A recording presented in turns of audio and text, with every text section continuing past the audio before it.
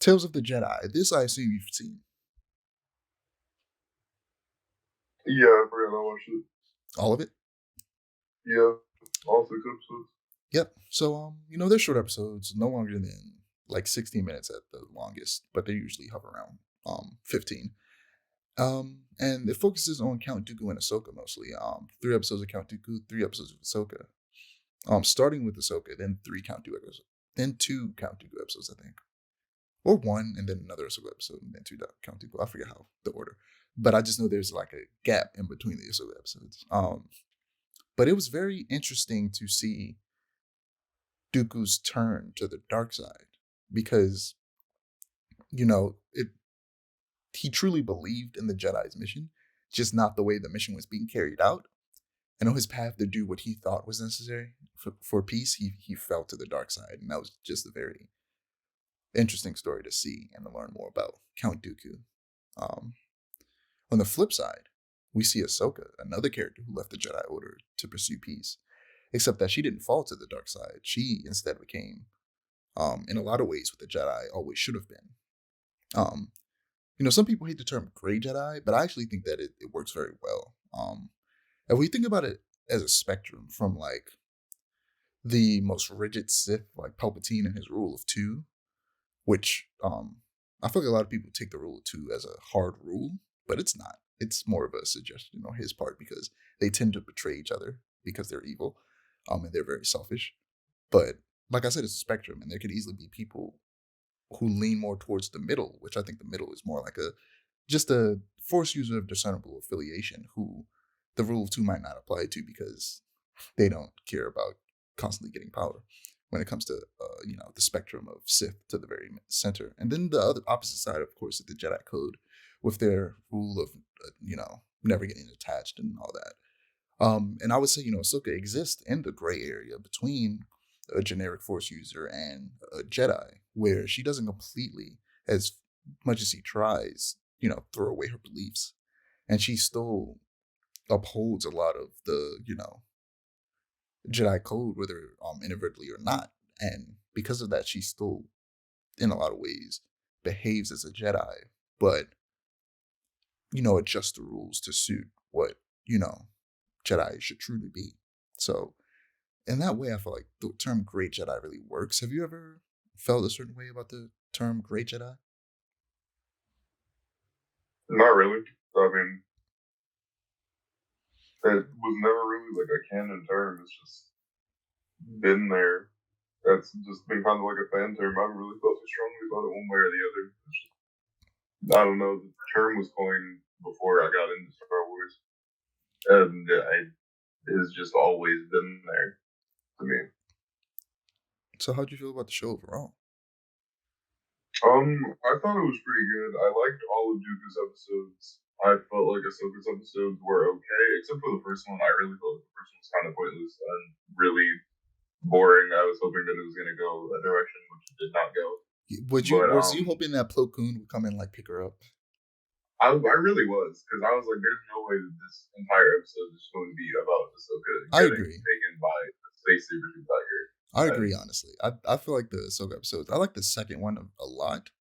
I think the last Ahsoka episode, which is the last episode of the season overall, was okay as well. Like I think the second one was really good because there was a really big emotional beat to it, where it was like, um, again, Blind Wave. Like I said, I watched them a lot. You always hear me bring them up, but in their discussion after watching it, he mentioned how Anakin, essentially the person who in certain ways destroyed the Jedi, um is the reason why Ahsoka, a person who left the Jedi Order, survived against the clone troopers because the Jedi never trained against all of those blaster bolts, whereas she did. It's very interesting storytelling, and I like that episode a lot. That episode was great, but the other two, the first one, like you said, I felt like it was unnecessary. I didn't need that. I didn't need to know about Ahsoka as a baby being force sensitive.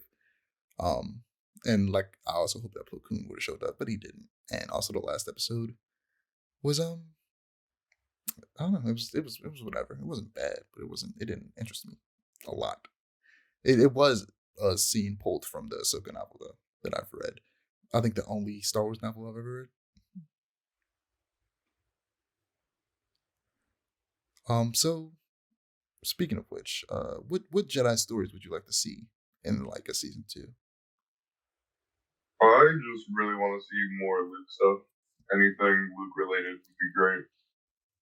See, the thing is though, I don't want them to get there yet because I feel like I want Luke stuff from an official like show or animated show that focuses on that era of Star Wars, where Luke, Leia, and Han are in their prime.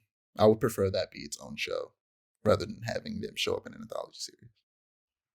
I mean, I don't see why there can't necessarily be both. No, There's I a agree lot with of you, and I think that we can. I just think we need to get that first before they start throwing Luke in this show. yeah, but that's mostly just Luke stuff. I can't really think of anything like prequel eras that I would want to see. I That's definitely want to see mostly Luke more stuff. Mace and his apprentice. I would love to see more about Mace and just learn more about him, or even see him when he was an apprentice. That would be very interesting. I would also like to see um, Dooku when he was apprenticed with Yoda. That would be very interesting to see as well. And Plo Koon, man, just give me more Plo Koon. I like Plo Koon. He's great.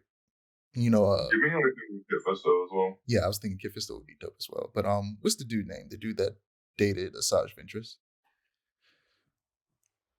I can't remember his name. Oh, Quinlan Voss. Yeah, Quinlan Voss would also be pretty cool. But what was I gonna say about Plo Koon? Oh, Plo Koon is Dave Filoni's favorite Jedi, so I wouldn't be surprised if next season we get some Plo Koon. There was an original back in like 2003 ish. It was drawn in the same style as 2003 Clone Wars, but it was like a Clone Wars comic anthology series, and there was a lot of stories in there that I was reading that I thought would be pretty cool to put in there. Like there was one, it kind of felt like it felt like an old like samurai movie, like one of the Jedi. It took place during Order 66, and like this Padawan went down to the planet where he was supposed to be like helping stop a civil war while his master was still up in the ship. When Order 66 started and he felt his master die, and then all the clones on the planet with him turned on him and he killed them and he got like the help of the village. And like it ended with like the clones coming down planet side to like kill him and like he got the help of all the villagers to like fight back.